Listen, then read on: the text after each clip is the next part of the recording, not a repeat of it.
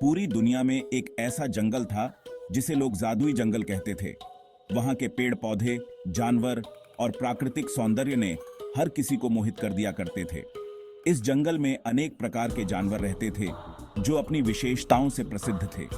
यहाँ के पेड़ बहुत ही जादुई थे और उन पर लगे फल इच्छाओं को पूरा करते थे। यह कहानी है एक जादू से भरे जंगल की। जंगल में रहने वाला एक बंदर नेम वॉज जग्गू। वह खाने की खोज में दौड़ता रहता था। एक दिन उसने जंगल के दूसरे कोने में एक चमत्कारी पेड़ की खोज की। इस पेड़ पर अनगिनत फल थे, लेकिन उनमें से केवल एक फल ने उसका ध्यान खींचा। वह फल जो किसी की भी मांग पूरी कर सकता था।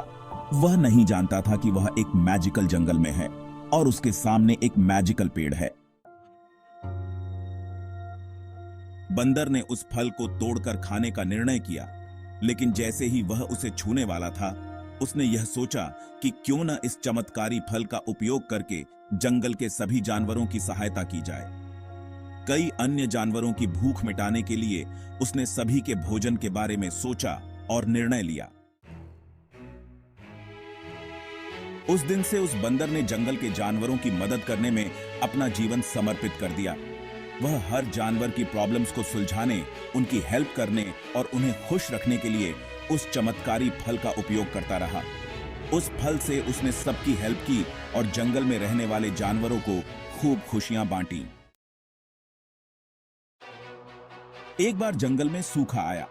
सभी पेड़ पौधे सूख रहे थे और जानवरों को भूख और प्यास की समस्या हो गई थी। उन्हें खाने के लिए कोई भी खाना नहीं मिल रहा था। बंदर ने फिर वही चमत्कारी फल उठाया और उसकी मदद से जंगल के जानवरों की भूख और प्यास को दूर किया। बंदर ने सभी जानवरों को समझाया कि वे जंगल की सुरक्षा और जंगल की खुशहाली के लिए मिलकर काम करें और पेड़ पौधों की रक्षा करें।